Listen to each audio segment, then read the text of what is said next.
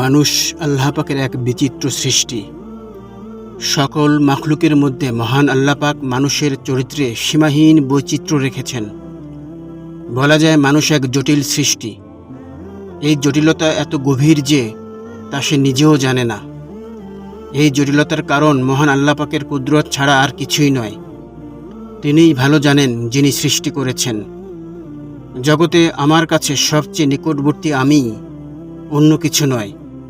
তাই অন্য কিছুর চেয়ে নিজেদের সম্পর্কে আমরা বেশি জানি।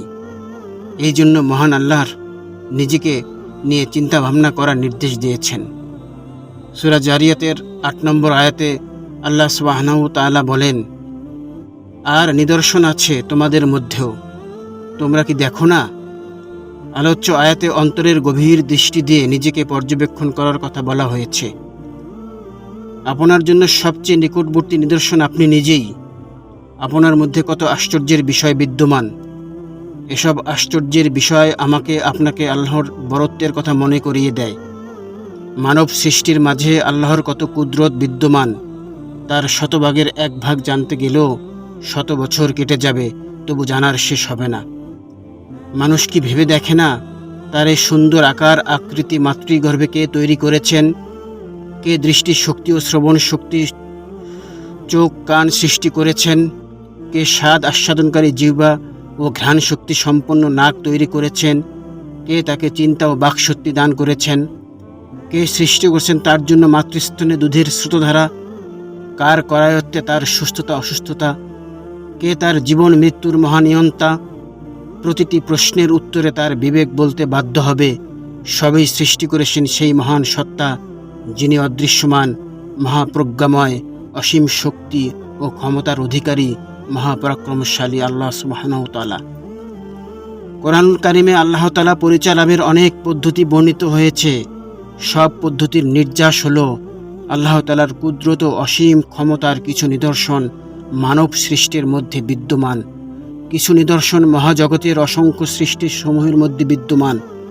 এসব নিদর্শন চেনা ও প্রত্যক্ষ করার মাধ্যমেই মানুষ আল্লাহ তাআলার পরিচয় লাভে সক্ষম হয়। সৃষ্টি জগতের কোনো কিছু আপনা থেকে অস্তিত্ব লাভ করেনি, বরং নিশ্চিতভাবে কোনো মহাপ্রজ্ঞাবান সত্তা অস্তিত্ব দান করেছেন, যিনি সব কিছু তার সুনিপুণ হাতে নিয়ন্ত্রণ ও পরিচালনা করেন। নাস্তিকরা আল্লাহ তাআলার অস্তিত্ব স্বীকার করে না। তাদের দাবি সব কিছু স্বয়ংক্রিয়ভাবে আপনা থেকে অস্তিত্ব লাভ করেছে। তাদের এ দাবি চরম মূর্খতা এবং স্বভাব ও প্রকৃতি বিরুদ্ধ। বস্তুত দলিল ও যুক্তি প্রমাণের মাধ্যমে আল্লাহ তাআলার পরিচয় লাভ করা সহজ নয় বা সবার কাজ নয়, বরং প্রকৃতিগতভাবে অন্তরে সৃষ্ট বিশেষ শক্তি মানুষকে এ বিশ্বাসের উপর বাধ্য করে। সমগ্র মহাজগৎকে অনস্তিত্ব থেকে অস্তিত্ব দানকারী এবং সুনিপুণ হাতে পরিচালনাকারী একজন মহাসত্তা রয়েছেন। কিন্তু আপনি তো অন্যমনস্ক, গাফেল। তাই আপনি নিজের সম্পর্কে উদাসীন। নিজেকেই আমরা জানি না, তাহলে অন্য কিছু সম্পর্কে আমরা কিভাবে বা কতটুকু জানতে পারি? ভেবে দেখুন, আপনি শুধু 1 ফোঁটা বীর্য থেকে সৃষ্টি হয়েছেন।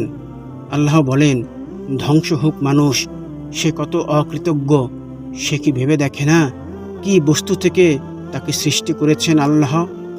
শুক্রবিন্দু থেকে তিনি তাকে সৃষ্টি করেছেন, অতঃপর তার তকদির নির্ধারণ করেছেন, অতঃপর তার ভূমিষ্ঠ হওয়ার রাস্তা সহজ করে দিয়েছেন, অতঃপর তিনি তার মৃত্যু ঘটান ও তাকে কবরস্থ করেন, অতঃপর যখন ইচ্ছা করবেন তাকে পুনরুজ্জীবিত করবেন। সূরা আবাসা আয়াত 17 থেকে 22। আল্লাহ তাআলা আরও বলেন, মহাজগতে তার অস্তিত্ব প্রমাণকারী নিদর্শনগুলির প্রতি নির্দেশ করে বলেছেন, ইন্না ফি খালকিস সামাওয়াতি ওয়াল আরদি ইখতিলাফিল লাইলি ওয়ান নাহারি লাআয়াতান লিউলিল আলবাব। আকাশমণ্ডল ও পৃথিবীর সৃষ্টিতে দিবস ও রজনীর পরিবর্তনে অবশ্যই নিদর্শনাবলী রয়েছে বোধশক্তি সম্পন্ন মানুষদের জন্য, যারা দাঁড়িয়ে বসে ও শুয়ে আল্লাহকে স্মরণ করে আর আকাশমণ্ডলী ও পৃথিবী সৃষ্টি নিয়ে চিন্তা করেও বলে, হে আমাদের পালনকর্তা, তুমি এসব অনর্থক সৃষ্টি করনি, তুমি পবিত্র মহান, তুমি আমাদেরকে রক্ষা করো জাহান্নামের শাস্তি থেকে। সূরা আলে ইমরান আয়াত 190 থেকে 91। প্রিয় বন্ধু, আসলে আমাদেরকে আল্লাহ পাক দুনিয়াতে পাঠিয়েছেন যাতে করে তার পরিচয় লাভ করতে পারি, এবং এই পরিচয় লাভ করার জন্য যত ধরনের নিদর্শন দরকার তিনি সব কিছুই প্রোভাইড করেছেন। এখন কেবলমাত্র আমার কাজ হলো মনের বন্ধ দরজা জানালা খুলে দেয়া। এতদিন বন্ধ থাকার ফলে সেখানে অন্ধকার বাসা বেঁধেছে, পোকামাকড় আর শয়তান করেছে ঘর বসতি। আসুন মনের জানালা খুলে দেই, নিজের দিকে অতঃপর সৃষ্টির দিকে তাকাই, তাহলেই মহান আল্লাহর পরিচয় পেতে শুরু করব। ভালো করে বুঝি নেই, যে ব্যক্তি দুনিয়ায় থাকতে আল্লাহ পাকের পরিচয় পায়নি, তাকে চিনতে পারেনি, কাল কিয়ামতেও সে ব্যক্তি আল্লাহকে চিনতে পারবে না, পরিচয় পাবে না। একটি ঘটনা থেকে মহান আল্লাহ পাকের সীমাহীন কুদরতের কিছুটা আন্দাজ করতে পারি। ইমাম আহমদ ইবনে হাম্বল রাহিমাহুল্লাহকে কেউ জিজ্ঞাসা করলো, আপনি কি মুসলমান? তিনি বললেন, হ্যাঁ আলহামদুলিল্লাহ। লোকটি বলল, মুসলমান কাকে বলে? তিনি বললেন, যে আল্লাহর তাওহীদ ও একাত্মবাদ বিশ্বাস করে। সে বলল, আপনি কি করে জানলেন আল্লাহ এক, তার অস্তিত্ব অবধারিত, তিনি মহাজগৎ সৃষ্টি করেছেন? প্রতি উত্তরে ইমাম আহমদ ইবনে হাম্বল যদি কোরআনুল কারিমের আয়াত এবং আকল নির্ভর যুক্তি প্রমাণ ও দার্শনিক ভাষা উপস্থাপন করতেন, তাহলে মূর্খ লোকটি তা অনুধাবন করতে সক্ষম হতো না। তিনি তার যোগ্যতা অনুযায়ী তাকে সহজ সরল ভাষায় বুঝিয়ে বললেন, আমি আল্লাহর অস্তিত্বের প্রমাণ উদ্ঘাটন করেছি এক আশ্চর্যজনক বস্তু থেকে। আমি পৃথিবীতে একটি রূপার ঘর দেখেছি। তাতে কোনো ছিদ্রপথ নেই, আলো বাতাস বহির্গমন নির্গমনের কোনো ব্যবস্থা নেই। নিচ্ছিদ্র উক্ত ঘরের অভ্যন্তরে আরেকটি সোনার ঘর তৈরি অবস্থিত, তাতেও দরজা জানালা নেই, আলো বাতাস বহির্গমন ও নির্গমনের কোনো পথ নেই। ঘর দুটিতে না ভেতর থেকে কিছু বের হতে পারে আর না বাইরে থেকে কিছু ভেতরে প্রবেশ করতে পারে। একটি ঘর বাইরে এবং অপরটি তার অভ্যন্তরে। আমি হতভম্ব হয়ে তা দেখছিলাম। হঠাৎ উক্ত ঘরের প্রাচীর ভেদ করে ভেতর থেকে বেরিয়ে এলো একটি জীবন্ত প্রাণী। মানব শিশু তো ভূমিষ্ঠ হওয়ার পর জ্ঞান শূন্য থাকে, কিন্তু প্রাচীর ভেদকারী জীবন্ত প্রাণীটি পরিপক্ক ও অভিজ্ঞ প্রাণীর মতো আচরণ শুরু করে দিল। আমি সচক্ষে প্রত্যক্ষ করলাম ও নিশ্চিন্তভাবে বুঝে নিলাম, এই নিচ্ছিদ্র গৃহের বাইরে থেকে কেউ ভেতরে প্রবেশ করেনি, অথচ দৃশ্যমান কোনো কার্যকারণের ভূমিকা ব্যতিরেকেই ভেতর থেকে একটি জীবন্ত প্রাণী বেরিয়ে এলো। সুতরাং নিঃসন্দেহে এই কার্যক্রমের আড়ালে অদৃশ্যমান কোনো একজন কর্মবিধায়ক রয়েছেন, যার কুদরতি হাতে এই জীবন্ত প্রাণীর অস্তিত্ব লাভ করে। আমি অকণ্ঠচিতে বিশ্বাস করলাম ও নিশ্চিন্ত হলাম, তিনিই হলেন দৃশ্য অদৃশ্যের পরিজ্ঞাতা মহাপরাক্রমশীল আল্লাহ সুবহানাহু ওয়া তাআলা। লোকেরা বলল, জনাব, এমন অদ্ভুত রূপার ঘর আপনি কোথায় পেলেন? আবার উক্ত রূপার ঘরের অভ্যন্তরে আরেকটি সোনার ঘর, এমন ঘর তো আমরা কশ্চিনকালও দেখিনি। এই বিস্ময়কর ঘর আপনি কোন জগতে দেখেছেন? তিনি বললেন, এমন ঘর তোমাদের মাঝেই বিদ্যমান। লোকেরা বলল, আমরা তো দেখছি না। তিনি বললেন, তোমরা চোখ বন্ধ রাখলে আমি কি করে দেখাবো? এমন ঘর তো তোমাদের আপন আপন গৃহে বিদ্যমান। আচ্ছা, তোমরা কি ডিম দেখোনি? সেটি হলো রূপার ঘর, আর ভেতরে সুরক্ষিত হলুদ রং বিশিষ্ট যে কুসুম রয়েছে তা হলো সোনার ঘর। তাতে আলো বাতাস নির্গমন ও বহির্গমনের কোনো ছিদ্রপথ নেই। ভেতর থেকে কিছু বাইরে আসে না এবং বাইরে থেকে কিছু ভেতরে প্রবেশ করে না।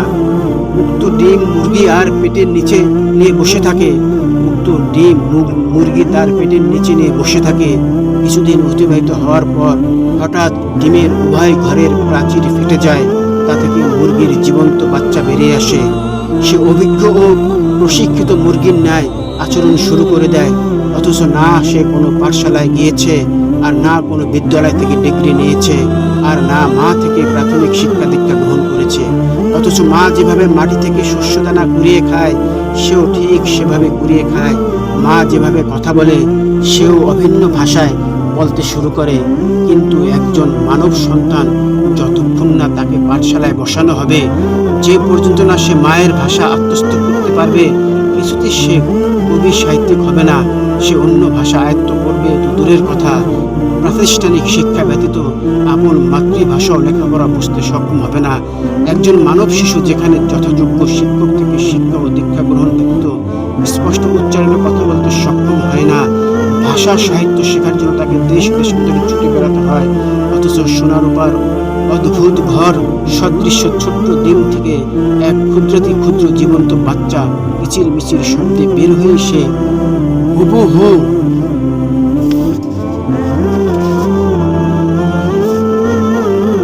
মায়ের অনুরূপ আচরণ শুরু করে দেয়, যেন সে যথাযথ শিক্ষা দীক্ষা প্রাপ্ত হয়ে মায়ের উদর থেকে জন্ম লাভ করেছে। সোনার উপরে নিচ্ছিদ্র ঘর সদৃশ ক্ষুদ্রকার ডিমের মধ্যে কে তাকে শেখালো, কে তাকে আত্মরক্ষার শিক্ষা দান করলো, কে তাকে মনের কথা প্রকাশের অনুশীলন করালো, কে তাকে বলে দিল ডিমের নিচ্ছিদ্র প্রাচীর ভেদ করে বের হওয়া মাত্র সে দানাপানি কুড়ানো শুরু করবে। এ শিক্ষা ও দীক্ষা কে তাকে প্রদান করলো? অবধারিতভাবে সেই মহাসত্তা যিনি মহান ও প্রজ্ঞাময়, তার সমতুল্য কিছুই নেই, তিনি এক, সবাই তার মুখাপেক্ষী, কিন্তু কোনো কিছুরই মুখাপেক্ষী তিনি নন। প্রকৃত বাস্তবতা হলো আল্লাহর অস্তিত্ব, তার পরিচয় লাভ দলিল প্রমাণের মুখাপেক্ষী নয়, বরং অন্তরের মধ্যে স্বয়ংক্রিয়ভাবে এ বিশ্বাস সৃষ্টি হয় মহাজগতে একজন নির্মাতা রয়েছেন। অবুঝ শিশু এবং ইমানের ছোঁয়া পায়নি এমন অমুসলিমও বিষয়টি দৃঢ়ভাবে অনুভব করে, যদিও সে কোনো স্কুল কলেজও বা মাদ্রাসায় শিক্ষা গ্রহণ করেনি, কিন্তু অন্তর্জগতে সে ঠিকই কল্পনা করে সৃষ্টি জগতের একজন স্রষ্টা রয়েছেন। অন্তরের মাঝে যখন মহান আল্লাহর জাত ও সিফাতের পরিচয় লাভ হবে, ঠিক তারপর থেকে আমাদের আমলগুলো সঠিক ও সুন্দর হতে থাকবে। এই সুন্দর আমলেই মহান আল্লাহ পাক আমাদের কাছ থেকে গ্রহণ করবেন। আল্লাহ পাক বলেন, আল্লাযী খালাকাল মাউতা ওয়াল হায়াতা লিয়াবলুয়াকুম আইয়ুকুম আহসানু আমালা, আমি জীবন এবং মৃত্যু এই জন্য সৃষ্টি করেছি কারণ আমি দেখতে চাই কে সুন্দর আমল করে। আল্লাহ পাক আমাদের তার পরিচয় লাভ এবং সুন্দর আমল করার তৌফিক দান করুন। আমিন। ওয়া আখিরু দাওয়ানা আনিল হামদুলিল্লাহি রাব্বিল আলামিন।